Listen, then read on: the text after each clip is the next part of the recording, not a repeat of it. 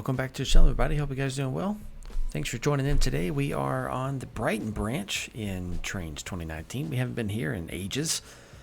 I wanted to post a small update video to let you guys know that, well, now that the route is finished, I decided to add one more thing. And a long time ago, I remembered people requesting for me to put industries on this map, and I decided that this map would actually be a good map for industries. Mostly because the rail cars that I used on this route, I guess I should say, don't actually require a large variety of different commodities. And so, you know, the one nice thing about modeling this era in this particular game is that there's, you know, not a limitless amount of commodities in the different types of cars. So there's a lot more commonality, which is actually really nice, because part of the problem I have on the Coxswain sub and why I don't do industries is because, I use 10 or 11 different covered hoppers. Well, those 10 or 11 different covered hoppers have 10 or 11 different commodities that they come with default. And yeah, I know you can, change up and add your own commodities to the vehicle, to the cars and stuff, but I just get tired of doing that for every single car I place, especially when there's thousands of them. So yeah. Anyways, on the Brighton Branch, there's only, I think, 200 cars, maybe 100. I think it's 200. Yeah, much more manageable. And so I decided I would throw industries down, and I'm going to write up a spreadsheet that tracks, if you pick up a loaded car, where it can go, and or like where it should go in order to simulate the operations as I designed them. And then that way you can use car tagger built into the game, into the session itself, to control the destinations and things for the cars, and you don't have to edit the session, and that'll be nice. Car tagger is really smooth, actually. I like car tagger. So definitely expect that I'll add car tagger to it, and we'll use that as the foundation for routing cars if you want to do loads instead of JMRI. And yeah, and then the spreadsheet will tell you where you can take a loaded car. So like right here, that track right there is for wood chips that I was just working on. So, you pick up a loaded gun with wood chips, well, where can it go? And that's what the spreadsheet will tell you. So short answer on this railroad is the wood chips all go off map. So you'll need to take it to one of the two interchanges. So what that means I'll do, there already is a portal by the Union, or on the Union Pacific side of the route, over there in the one corner of the railroad that I've never actually operated on video, even though I would love to. That's a real shame I never did. But I'm going to change that. It's an iPortal. I'm going to change it to a normal portal so you can actually, send and receive trains from it.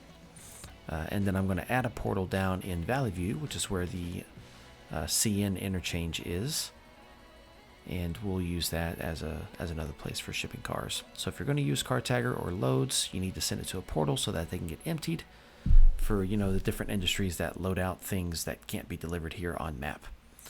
But I decided I would do the work on the easier industries first. So things like the rock quarry, the sand quarry, the logs, what else? The wood chips, anything that had like one commodity per track. I went ahead and did all of those first, and that was a good move, because that lets me get quite a bit done actually pretty quickly.